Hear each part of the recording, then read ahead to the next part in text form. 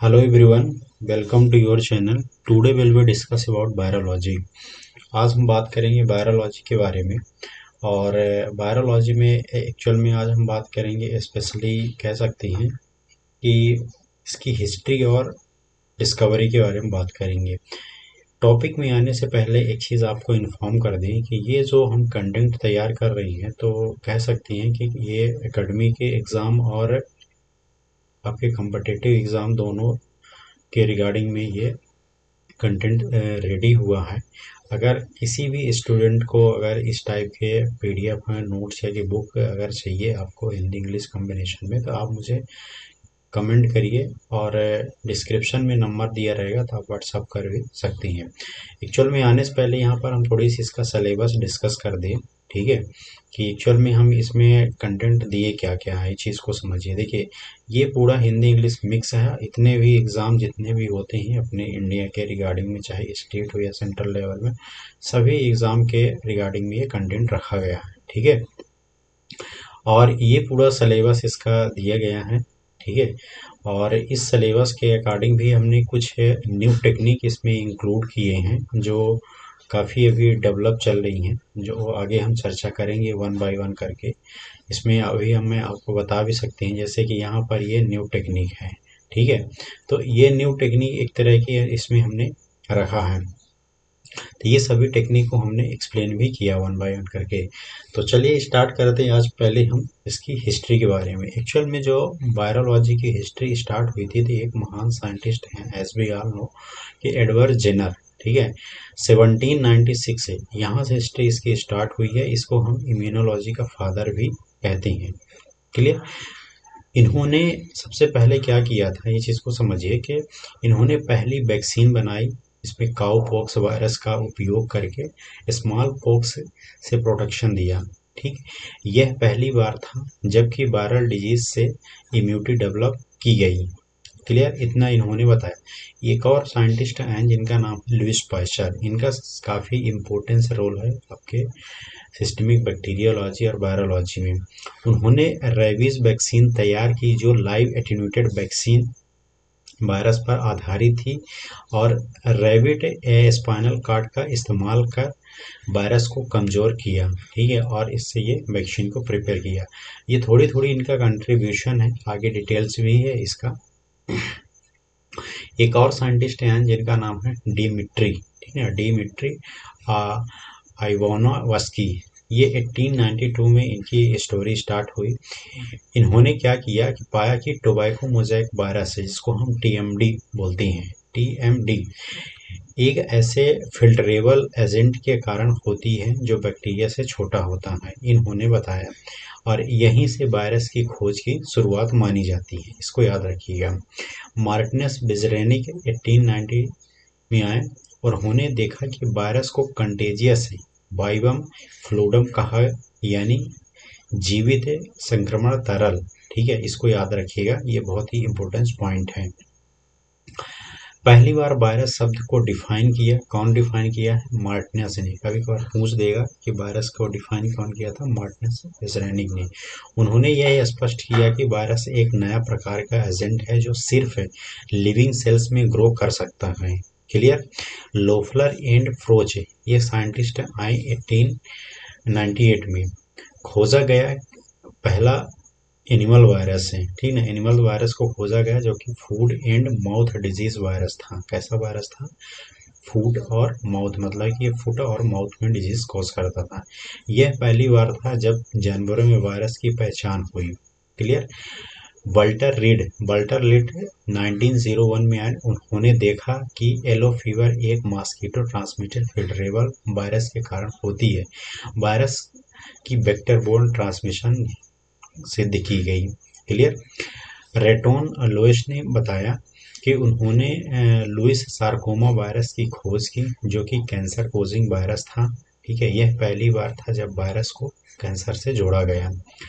फेलिक और हेरी 1970 में खोजा कि बैक्टीरियोफेज, किसको खोजा है? ये बैक्टीरियोफेज। ये ऐसा वायरस जो बैक्टीरिया को इन्फेक्ट करता है, और इसे फेज थेरेपी की नींव पड़ी, क्लियर। बेल्डेन स्टैली ने इन्होंने टोबैको मोज़ेक वायरस टीएमवी जिसको बोलते हैं को क्रिस्टलाइज किया और यह दिखाया कि वायरस लिविंग और नॉन लिविंग दोनों के क्वालिटी रखती हैं। क्लियर। फिर एक और साइंटिस्ट हैं जिनका साक और शाबिन, काफ़ी नाम सुने होंगे। इन्होंने पोलियो वैक्सीन को डेवलप किया। जो शाक थे इनका फुल फॉर्म पूरा नाम होता है जोनैस साक है, जो इनएक्टिवेटेड पोलियो वैक्सीन को डेवलप किया। और एल्बर्ट शाबिन ओरल पोलियो वैक्सीन को डेवलप किया। लुइक मोंटेगनर एंड रॉबर्ट्स गैलो ये दोनों मिल करके एचआईवी वायरस की खोज की जो एड्स का कारण बनता है। ठीक। मॉडर्न माइक्रोबायोलॉजी में अगर बात करेंगे, सॉरी, मॉडर्न वायरोलॉजी में, तो ये 2000 से 2020 के बीच में ये कहानी स्टार्ट हुई, जिसमें से सार्क H1 और N1 जीका, सार्क कोव 2 जैसे नए वायरस सामने आए।